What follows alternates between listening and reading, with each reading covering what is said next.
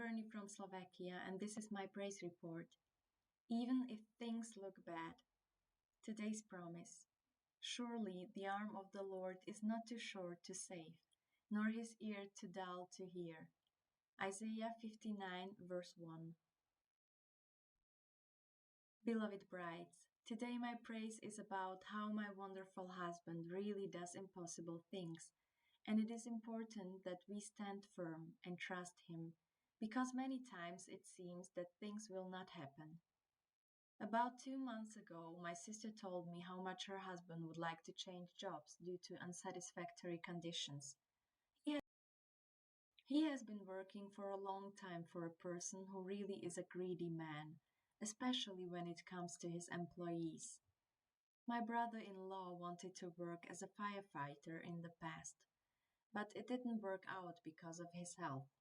He likes adrenaline sports, and he has had some unpleasant injuries. After a few years, he decided to try again and apply for a prison warden. My sister confided in me that they didn't give it a big chance, but because of how he had been suffering in his current job, he would try again.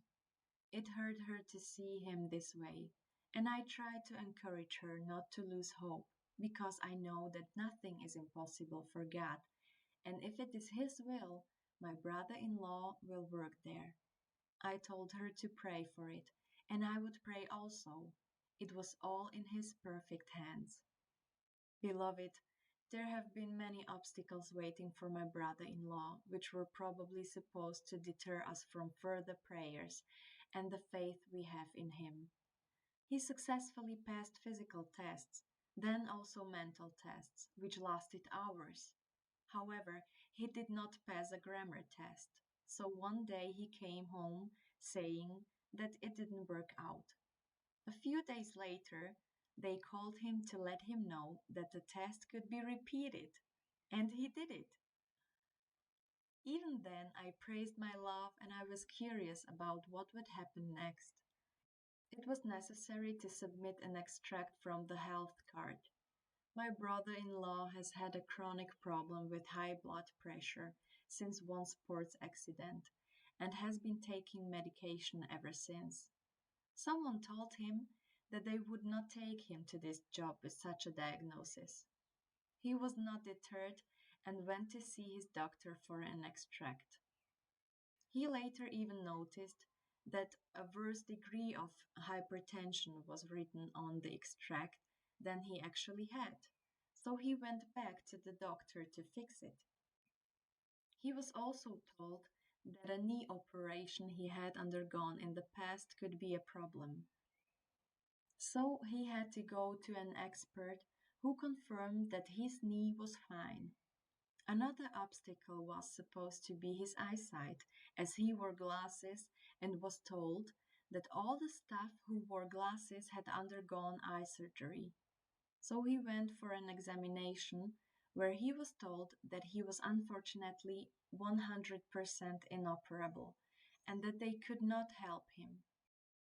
They said they were glad he had come to the examination because they had really good technical equipment and it would not have been revealed at another examination and the subsequent operation would damage his eyesight even more. At this point in his quest for a new job, my brother-in-law has said several times that it probably won't work out and that he's sorry. My sister told me. I listened to her and I have to admit it didn't listen well. But I was calm in my heart and I knew that whatever my love had prepared would be good. And with these words I tried to encourage my sister as well. So at this point in his quest for a new job, there was someone or maybe more people and they put in a good word for my brother-in-law as far as I know without asking them to do so. It was all like a roller coaster. The news changed from week to week. 2 weeks ago, my sister informed us that her husband had broken his arm during sports, and a few days later, his arm was operated on. It was also something that scared them a little, because if they took him to work, He would have to undergo training, and that meant another delay. They feared that the cup of patience would overflow because there were really many obstacles on his part. Last night, however, my sister wrote that they had hired him and that her husband would be taking up a new job soon. Beloved, I want to encourage you not to listen to the words of others when they tell us what will or will not happen. And if we have to listen, let's not believe it and not take it as a done deal. It reminded me of a lesson in poverty mentality. Who said, let us ask God about everything and believe only the one who really has it all in his hands. Whatever he decides, his decision and guidance is good. Today I thank him for the blessings he has bestowed on my sister and her husband, and I will witness to him with this testimony of his power to many people and glorify him. Let's stand firm, glorify him, and trust him, even if things look bad. He knows better. Surely the arm of the Lord is not too short to save, nor his ear too dull to hear. Isaiah 59, verse 1. For we live by faith and not by sight. 2 Corinthians 5, verse 7.